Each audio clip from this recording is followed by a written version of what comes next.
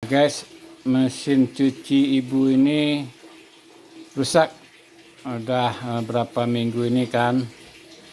Nah, setelah dilihat cara memperbaiki dengan kondisi kerusakan dengan adanya indikator atau indikasi E3 pada tampilan layar digitalnya, maka kita disuruh membuka bagian depan dan bagian belakang, tapi ada juga yang menyuruh membuka di bagian belakang dari mekanik yang ada di YouTube yang barusan kita lihat. Nah, alhamdulillah setelah kita buka guys, mesin cuci ibu ini memang rusaknya karena adanya ini guys, adanya ini seperti kabel ini hancur kabel ini dimakan tikus.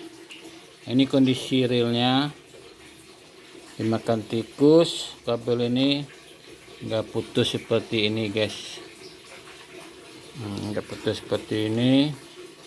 Pakai sininya begitu juga guys,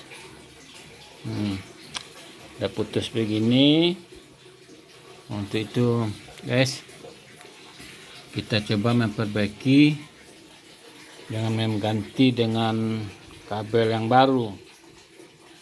Apakah nanti ada kabel pengganti yang bisa kita dapat? Tapi insya Allah ini ada kabel yang bisa kita cari nih guys, untuk mengganti kabel yang rusak. Termasuk ini yang dua ini, nah yang ini yang tempat sambungannya